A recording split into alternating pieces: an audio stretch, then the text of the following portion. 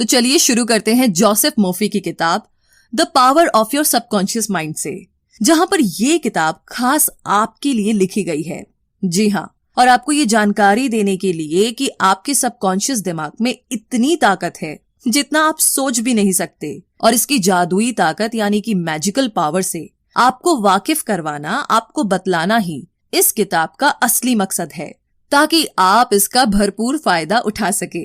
तो इस किताब का पहला चैप्टर कहता है कि आपके अंदर एक खजाना मौजूद है। एक 75 साल की विधवा ने हमारे लेखक को खत लिखकर बताया कि वो दोबारा शादी करके घर बसाना चाहती है और खुश रहना चाहती है। तो उसने एग्जैक्टली वही किया जैसा लेखक ने उसको करने को बोला था। वो औरत खुद को बार बार याद दिलाती रहती थी कि वो एक खुशहाल शादीशुदा औरत है और अपने पति से बहुत प्यार करती है। और आखिरी में एक दिन वो एक बड़े फार्मासिस्ट से मिली और उनसे प्यार कर बैठी। रिजल्ट ये रहा कि आज दोनों शादीशुदा है और काफी खुश है। तो कहने का मतलब ये है कि आपके अंदर एक्चुअली में एक पूरी सोने की खान है जो आपका सबकॉन्शियस माइंड है। बस अगर आप इसे कंट्रोल करके अपने फायदे के लिए इस्तेमाल करना सीख जाए तो क्या बात। क्योंकि आप जब किसी टेस्ट से पहले खुद को ये यकीन दिलाते रहते हैं कि आप फेल हो जाएंगे या फिर कोई चीज आपको नहीं मिलेगी, तो एक्चुअली में आप अपने ही दिमाग को ऐसा करने के लिए मजबूर कर रहे होते हैं। आप अपने दिमाग की सुपर पावर को गलत आइडिया दे रहे होते हैं कि आप ये नहीं कर सकते या फिर आप वो नहीं कर सकते। मगर ऐसा कभी मत कीजिए। कभी भी अपने दिमाग में नेगेटिव आइडिया किसी भी सिचुएशन में मत आने दीजिए, बल्कि पूरे जोश के साथ दोहराते रहे, विश्वास रखे और उम्मीद भी। और फिर आप देखेंगे कि आपका सबकॉन्शियस ही आपके सारे सवालों का जवाब बन जाएगा। है ना इंटरेस्टिंग? तो चलिए अब बात करते हैं दूसरे चैप्टर की। इस चैप्टर में आप सीखेंगे कि आपका दिमाग कैसे काम करता है, और इसको समझते हैं इस एग्जाम्पल से। एक बूढ़ी औरत को यकीन हो चला था कि उसकी याददाश्त चली जाएगी, मगर उसने ना अपने दिमाग को यही यकीन दिलाए रखा कि ऐसा कुछ भी नहीं होगा, बल्कि वो डेली सोचती थी कि उसकी याददाश्त तो दिन ब दिन बढ़ती जा रही है। तो हुआ यूं कि अब ये उसका मजबूत विश्वास ही था कि सच में उसके साथ ऐसा ही हुआ। हाँ, वैसे ये समझना जरूरी है कि सबकॉन्शियस और कॉन्शियस लेवल दोनों अलग अलग नहीं है, बल्कि एक ही दिमाग के दो अलग अलग लेवल है। कॉन्शियस माइंड वो है जो सोच विचार करता है, और सबकॉन्शियस माइंड आपकी हर सोच पर विश्वास करके उसे अपना लेता है। जो कुछ भी आप सोचते हैं और करते हैं उस पर सबकॉन्शियस माइंड पूरी तरीके से यकीन करता है। मतलब वो आपसे आर्ग्यूमेंट नहीं करेगा, वो बस एक्सेप्ट कर लेगा। एग्जाम्पल के लिए, हिप्नोसिस के पीछे सिर्फ एक वजह यही है कि आपका सबकॉन्शियस माइंड इस पर यकीन करता है, और फिर आपसे जो भी कहा जाता है उसे आपका कॉन्शियस माइंड बिना किसी जिद के, बिना किसी आर्ग्यूमेंट के मानने लग जाता है। फिर आप चाहे सही हैं या गलत जो भी विचार रखते हैं उसे ये बेहिचक अपनाने लगता है। तो याद रखिए कि आप अपनी कश्ती के खुद ही मालिक है। सारा कंट्रोल आपके अपने हाथों में है। तो सोच समझकर चुने, अच्छा चुने और अपनी खुशियां चुने। इसी के साथ आगे थर्ड चैप्टर में आप जानेंगे आपके सबकॉन्शियस दिमाग के काम करने की जादुई ताकत के बारे में, और इसके लिए ये रियल स्टोरी आपकी काफी मदद करेगी। एक स्कॉच सर्जन डॉक्टर जेम्स एस्दिले ने कुछ 400 ऑपरेशन किए। तब तक ना एनेस्थीसिया की खोज नहीं हुई थी जिससे वो अपने पेशेंट्स को बेहोश कर सके। तो सवाल ये है कि आखिर उन्होंने ये कैसे किया? तो इसका जवाब ये है कि अपने मरीजों को मेंटल एनेस्थीसिया देकर। अब ये क्या होता है? ये बड़ी ही इंटरेस्टिंग चीज है। वो उन्हें पूरी तरीके से यकीन दिला देते थे कि ऑपरेशन में ना उन्हें किसी भी तरह का दर्द नहीं होगा और ना ही कोई इन्फेक्शन होगा। उनके ऑपरेशन सफल हुआ करते थे और उनका मोर्टेलिटी रेट यानी कि पेशेंट्स के मरने का रेट भी बहुत ही कम था, सिर्फ 2 या 3% ही। तो अपने मरीजों का ऑपरेशन करने से पहले वो उनके सबकॉन्शियस माइंड को हिप्नोटिक करके उनके कानों में बोलते थे, तुम्हें कुछ नहीं होगा, तुम ठीक हो जाओगे, तुम हेल्दी हो। तो आपका सबकॉन्शियस दिमाग आपका सब कुछ कंट्रोल करता है, आपके खून का बहाव, आपका डाइजेशन और आपके थॉट्स। एक बार अगर आप इसकी ताकत को समझ ले तो इसे अपने फायदे के लिए आप इस्तेमाल कर सकते हैं। जब आप नेगेटिव सोचते हैं तो आपकी डिस्ट्रक्टिव इमोशन होती है जिसे अपने दिमाग से निकालना बहुत जरूरी होता है, वरना आपकी बॉडी में अल्सर, हार्ट प्रॉब्लम, एंजाइटी या मेंटल इलनेस जैसी प्रॉब्लम्स होना शुरू हो जाएगी। अपने दिमाग में उठने वाले हर ख्याल पर गौर करें, क्योंकि वही फिर आपकी एक्शन बनने लगते हैं। क्योंकि जब भी आप सोचते हैं और जो कुछ भी सोचते हैं आपका सबकॉन्शियस माइंड उस पर रिएक्ट करता है। तो जब भी आप सोए उससे पहले मन में एक इरादा करें, एक टारगेट चुने और खुद से ही कहे कि आप उसे पूरा करना चाहते हैं। आप कुछ भी सोच सकते हैं, अपनी अच्छी सेहत, पैसा या फिर लोगों के साथ अपने रिश्ते के बारे में भी। पॉजिटिव विचारों को आने दीजिए और अपने दिमाग को प्रोग्राम करते रहिए, और फिर इसके मिरेकल्स क्या होंगे, क्या चमत्कार होंगे, ये आप सोच भी नहीं सकते। तो चलिए इसी के साथ आगे चौथे और पांचवें चैप्टर की बात करते हैं, जहां पर आप मेंटल हीलिंग के पुराने और नए तरीके के बारे में जानेंगे। तो बात ऐसी है कि 1910 का एक मशहूर किस्सा है। एक आदमी को टंग पैरालिसिस हुआ, यानी कि उसकी जीभ को लकवा मार गया। तो उन दिनों ना इसका कोई भी इलाज नहीं था। वो डॉक्टर के पास गया तो उसने उसकी जबान में एक थर्मामीटर रखकर कहा कि ये बिल्कुल नया इंस्ट्रूमेंट है, एकदम खतरनाक मशीन है, मतलब जिससे ना उसकी जीभ ठीक हो जाएगी। और सच में कुछ ही मिनटों के बाद उसकी जीभ ठीक हो गई थी और वो उसे हिला डुला पा रहा था। तो बहुत से एक्सपेरिमेंट में हिप्नोसिस किए गए लोगों को आसानी से ये यकीन करा दिया जाता है कि उन्हें कोई खास बीमारी है, और फिर वे लोग सच में उसी बीमारी के सिम्टम्स दिखाने लगते हैं, क्योंकि उनका सबकॉन्शियस दिमाग कही हुई बातों पर यकीन कर लेता है। इसमें ना इतनी ताकत होती है कि वे उसी तरीके से एक्ट भी करने लगता है, जो बहुत ही अजीब है मतलब सुनने में। बट आप कभी सोचेंगे ना, एक्चुअली आपके साथ भी यही हो रहा होता है। ये अपोजिट भी काम करता है। जब किसी मरीज के सबकॉन्शियस दिमाग को यकीन दिलाया जाता है कि वो ठीक हो रहा है, तब ऐसा लगता है कि वो कभी बीमारी का शिकार ही नहीं था। तो आपके शरीर पर कोई असर तब तक नहीं होगा जब तक आपका सबकॉन्शियस माइंड ऐसा करने को ना बोले। हमेशा अपने सबकॉन्शियस दिमाग की ताकत को याद रखिए, न जाने आपके जीवन में इसकी बदौलत कब क्या चमत्कार हो जाए। इसीलिए ना कोई भी मौका मिस ना करे। तो आज हम सब अपने सबकॉन्शियस माइंड की पावर से वाकिफ है, इसके बारे में जानते हैं, मगर हम में से बहुत से लोग इसका सही इस्तेमाल करना नहीं जानते हैं। उन्हें ये पता नहीं होता है कि इसकी ताकत से कैसे अपनी जिंदगी को बदला जा सकता है। वैसे ऐसा करने के लिए ना सबसे पहले तो ये जानिए कि आपको क्या चीज हील कर सकती है, ठीक कर सकती है, और फिर उसे अपने सबकॉन्शियस माइंड को गाइड करने में इस्तेमाल करें। दिमाग में कोई एक प्लान बनाइए, उसे काम करता हुआ आप देखिए, फिर बुरे या नेगेटिव ख्याल ना आने दे, क्योंकि ऐसा करना बेवकूफी होगी। और आखिरी बात ये कि प्रेयर करें और अपनी दुआओं पर यकीन रखें। इसी के साथ आगे चैप्टर नंबर 6, जहां पर आप जानेंगे मेंटल हीलिंग की प्रैक्टिकल टेक्निक के बारे में। कहने का मतलब ये कि जब गोल्डन गेट ब्रिज बना तो इंजीनियरिंग कंपनी के पास एक प्लान था। इस प्लान में पहली बार स्ट्रेस और स्ट्रेंथ की बात कही गई थी, जो ब्रिज पर पड़ सकता था। तब उन्होंने एक मजबूत और पूरी तरह से आइडियल ब्रिज के बारे में सोचा और उसे प्रैक्टिकली टेस्ट भी किया गया। ये सारे स्टेप्स ऑर्डर में किए गए और कोई भी स्टेप पहले या बाद में नहीं अपनाया गया, वरना ब्रिज पूरी तरह से नाकामयाब रहता। तो जिस तरह हमारी दुआएं सुनी जाती है, वे भी कुछ इसी तरह होती है, जैसे कि जो भी हमें मिलता है ना पहले ना बाद में, बिल्कुल सही वक्त पर मिलता है। तो इनमें से ना जो सबसे पहली टेक्निक है वो है पास ओवर टेक्निक, यानी कि सिंपल तरीके से अपने थॉट्स और इच्छाओं को अपने सबकॉन्शियस माइंड में रखते जाइए, ताकि आप किसी भी तरह की सिकनेस दूर कर पाए।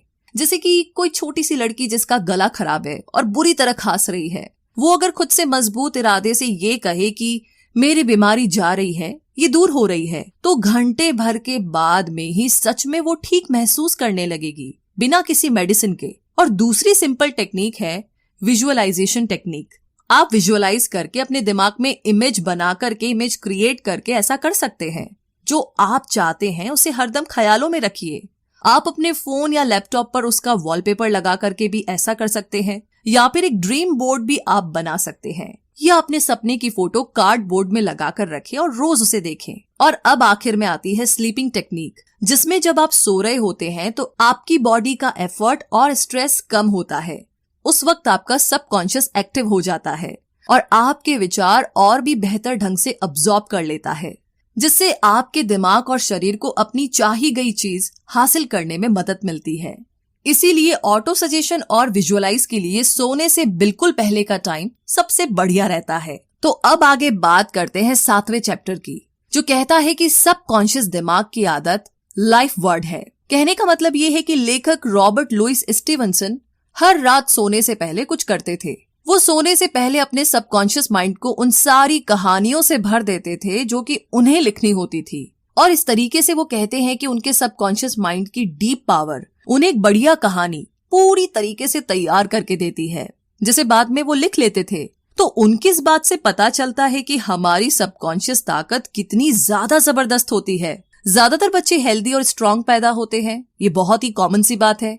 मगर बीमार पड़ना और कमजोर होना नॉर्मल नहीं है, क्योंकि ये लाइफ स्ट्रीम के खिलाफ है। सेल्फ प्रिजर्वेशन हम इंसानों की सबसे स्ट्रांग इंस्टिक्ट होती है। मतलब ये कि फ्रेडरिक एलियंस एंड्रयूज एक ऐसा लड़का था जिसे पोटस की बीमारी थी, जिसे स्पाइन का ट्यूबरक्लोसिस भी कहा जाता है।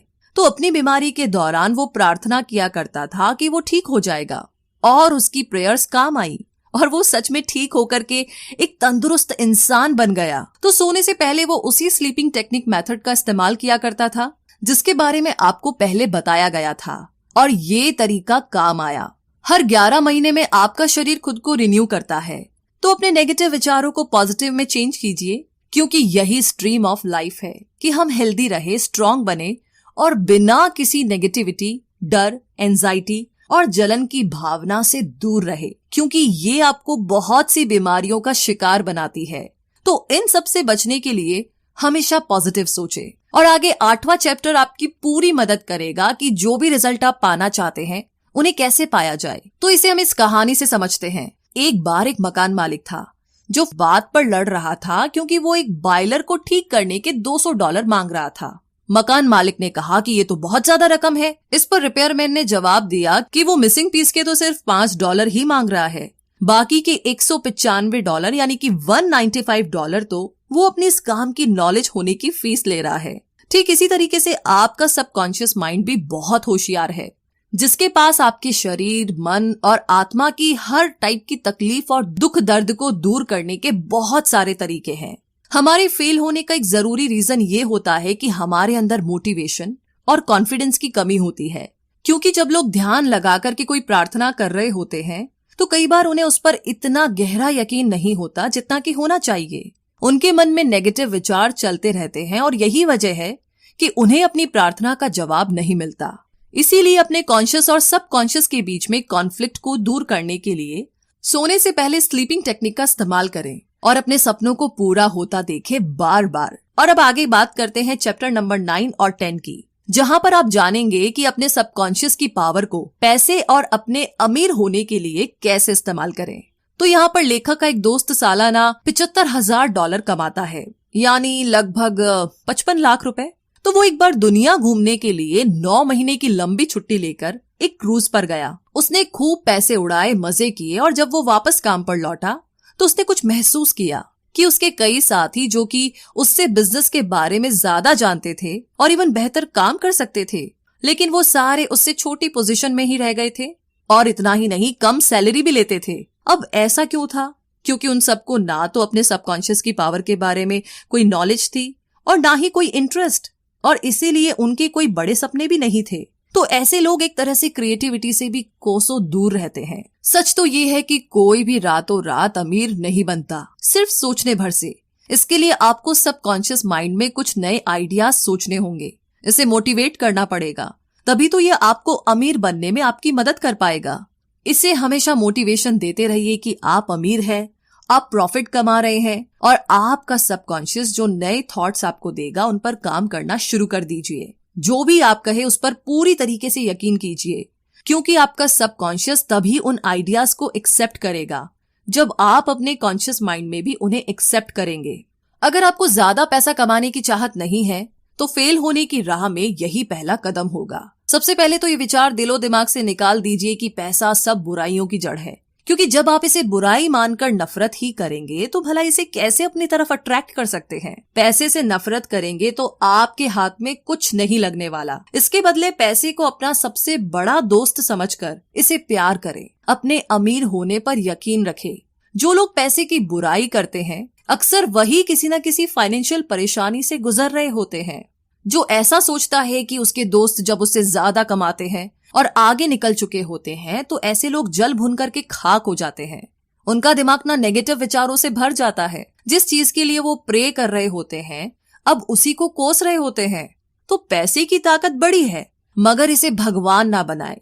पैसा तो बस सफल होने की एक निशानी है, लेकिन असली खजाना तो आपके दिमाग में छुपा है, जो आपके विचार है, आपके थॉट्स है। और इसीलिए पैसे की कभी भी बुराई ना करे। आगे चैप्टर नंबर 11 और 12 में आप जानेंगे कि आपका सबकॉन्शियस माइंड आपकी सफलता का साथी है। और अब जानिए कि साइंटिस्ट किस तरीके से इसका इस्तेमाल करते हैं। तो सफल होने के लिए 3 खास स्टेप्स है। पहला स्टेप, अपने पसंद की चीजें कीजिए जिनसे आपको खुशी मिलती है। अगर आपको पता नहीं है वो क्या है तो उसे जानने के लिए पूरे दिल से प्रार्थना कीजिए।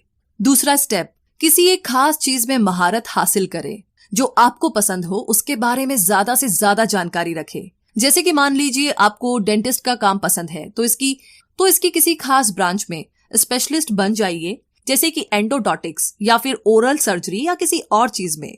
तीसरा स्टेप है कि जो भी आपको पसंद हो वो सिर्फ आप तक ना सीमित रहे। सिर्फ आप ही नहीं बल्कि बाकी लोगों के लिए भी ये काम आए। अपनी पसंद से दूसरों का भी भला करे तो बेहतर होगा। इन सब स्टेप्स को अपनाते समय अपने सबकॉन्शियस की पावर को कभी ना भूले। बहुत से साइंटिस्ट इस बात को जानते और मानते थे। एडिसन, मार्कोनी, आइंस्टाइन और भी बहुत सारे साइंटिस्ट अपने सबकॉन्शियस की आवाज को सुनते थे और इसका उन्हें बहुत फायदा भी हुआ।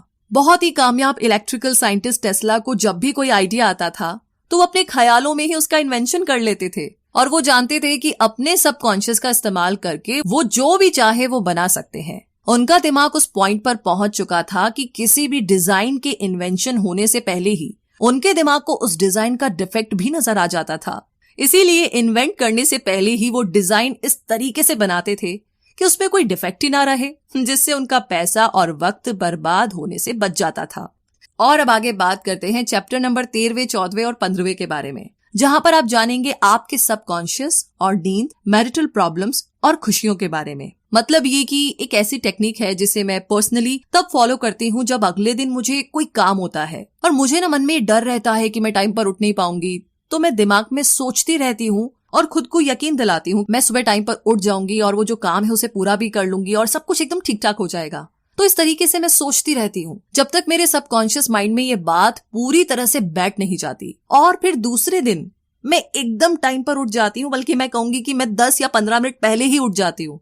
और ये टेक्निक ना आज तक फेल नहीं हुई है, एक बार भी नहीं। ये बहुत ही सिंपल टेक्निक है। और पता है कमाल की बात क्या है, इसके लिए ना आपको अलार्म क्लॉक भी नहीं चाहिए। हालांकि मैं फिर भी अलार्म सेट करके रखती हूँ सेफ इन साइड, लेकिन मेरा सबकॉन्शियस माइंड मुझे इस बात में कभी भी धोखा नहीं देता। हमेशा अलार्म बजने से पहले उठ जाती हूँ, जिससे पता चलता है कि सबकॉन्शियस माइंड में कितनी ज्यादा पावर है।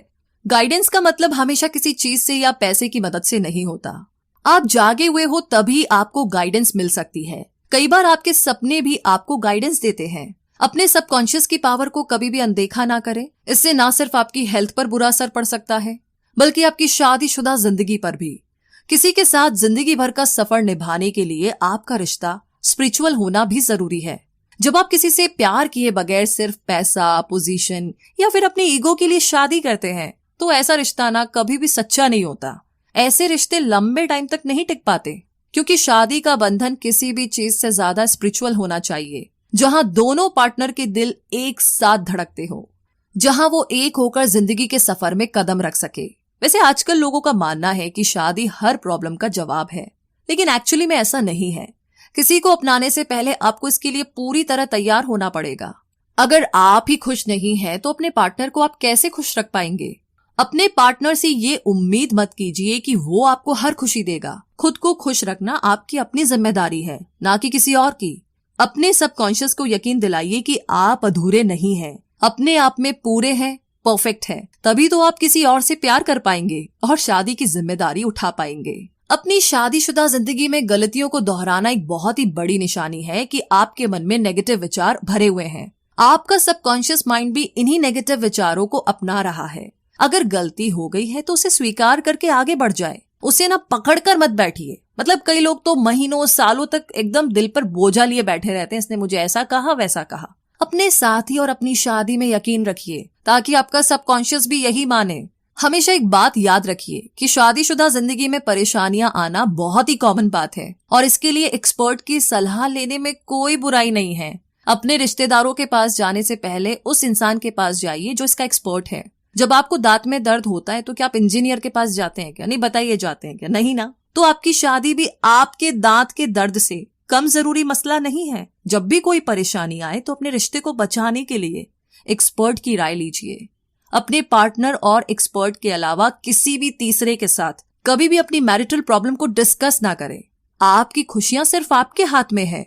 अगर आप यही सोचते रहेंगे कि आपकी शादी तो टूटने की कगार पर है, तो जानते हैं क्या होगा? एक दिन ना ये सच में टूट सकता है। कोई नहीं बचा सकता, भगवान भी नहीं। क्योंकि आप ऐसा सोचते हैं तो आपके सबकॉन्शियस को भी यही यकीन होने लगता है। जब आप खुशियों की जगह नेगेटिव सोचेंगे तो खुशियां कहां से पाएंगे? अब सवाल ये है कि खुशियां कैसे चुनी जाए। तो इसके लिए आपको रोज सुबह उठकर खुद से यही दोहराना है कि आपकी जिंदगी बहुत ही खूबसूरत है और बहुत ही बेहतरीन है। जो भी होगा एकदम बढ़िया होगा और आप हमेशा खुश रहेंगे। अब आगे बात करते हैं चैप्टर नंबर 16, 17, 18 और 19 के बारे में, जहां आपका सबकॉन्शियस माइंड और इंसानी रिश्ते, माफ करना, मेंटल ब्लॉक्स और डर के बारे में आप जानेंगे। तो यहाँ पर ऑस्ट्रेलिया के सिगमंड फ्रॉइड, जो कि साइको एनालिसिस के फाउंडर है, वो कहते हैं कि जब भी किसी को अंदर से प्यार नहीं होता ना, तो उसकी आत्मा धीरे धीरे करके मर जाती है। यही बात गुडविल, रिस्पेक्ट और अंडरस्टैंडिंग के साथ भी है। क्योंकि जब आप दिल में नफरत पालते हैं तो अपनी आत्मा और दिमाग को किसी कैदी की तरह हमेशा के लिए बांध लेते हैं। जितना हो सके सबका भला सोचिए और कोशिश कीजिए कि किसी को भी नुकसान न पहुंचे। नफरत करने वाले इंसान का हाल वही है जो कि जहर पीता है और सोचता है कि उसे कुछ नहीं होगा। ये ना एकदम पागलपन है ना? तो आप क्यों दूसरों को धोखा देते हैं, हर्ट करते हैं, उन्हें दुख देते हैं, जब आपको पता है कि ऐसा करने से आपके दिमाग में भी जहर भर जाएगा, आपका खुद का नुकसान होगा।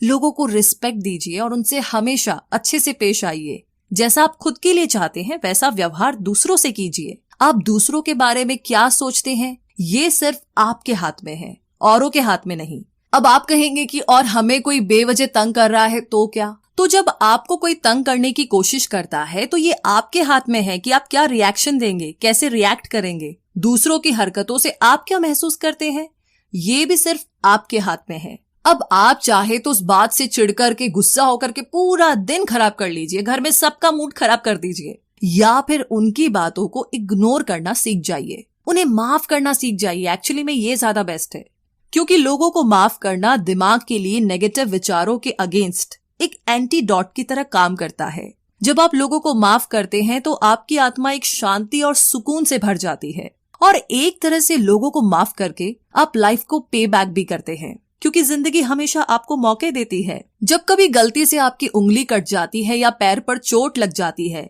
तो आपका सबकॉन्शियस भी कुछ इसी तरीके से आपको माफ करता है। कोई बात नहीं यार, हो गया जो हो गया, और फिर वो उस चोट को हील करता है, यानी कि उसे ठीक करता है। तो एक आदमी था जो दिन रात इतनी मेहनत करता था कि एक दिन उसे हार्ट प्रॉब्लम हो गई। उस आदमी ने अपने बच्चों के साथ कभी मुश्किल से ही टाइम बिताया था। तो हमारे लेखक ने उससे बात की और उसने उस आदमी को समझाया कि उसके ऐसा करने की वजह यही है कि उसे अपने बच्चों को वक्त ना देने का दुख अंदर ही अंदर खाए जा रहा था और दिन रात कड़ी मेहनत करके वो एक तरह से खुद को सजा दे रहा था। उसे खुद को माफ करना सीखना होगा, तभी तो वो खुश रह पाएगा। हम इंसान ना आदत से बहुत लाचार होते हैं। बुरी आदत और अच्छी आदत के बीच में सिर्फ एक चुनाव का फर्क होता है, सिर्फ उसे चूज करने का। आप क्या चूज करते हैं ये आपकी मर्जी है। चाहे तो आप बुरी हैबिट अपनाएं या अच्छी हैबिट, ये सब आपके हाथ में है। बुरी आदत को दूर करने के लिए उसे इग्नोर ना करें, एडमिट करें कि वो आपकी बुरी आदत है और उसे दूर करना है। बहुत से शराबी जिंदगी भर शराब नहीं छोड़ पाते क्योंकि वो मानते ही नहीं है कि वो शराबी है। पहली बात तो उन्हें ये मानने में शर्म आती है कि वो शराबी है और पछतावा होता है, फिर उनके ईगो को ठेस पहुंचती है और रिजल्ट यही कि कभी भी वो इससे छुटकारा नहीं पा सकते। तो कोई भी आदत अपनाने के लिए पहले खुद को तैयार करना होगा। जब आप इस पॉइंट पर आ जाए कि आपको अपनी कोई बुरी आदत छोड़नी ही छोड़नी है तो खुद की पीठ को थपथपाए, क्योंकि आपने आधा किला तो वहीं फतेह कर लिया है। अब अपने सबकॉन्शियस को कंट्रोल करने की राह में पहला रोड़ा है आपका डर। इसे दूर करने के लिए आप वही कीजिए जिसे करने से आपको सबसे ज्यादा डर लगता है। बहुत बहुत बहुत मुश्किल है, लेकिन करके तो देखिए। एक बार एक लेडी ना एक ऑडिशन देने पहुंची। हालांकि अपने स्टेज फोबिया की वजह से वो 3 बार पहले फेल हो चुकी थी।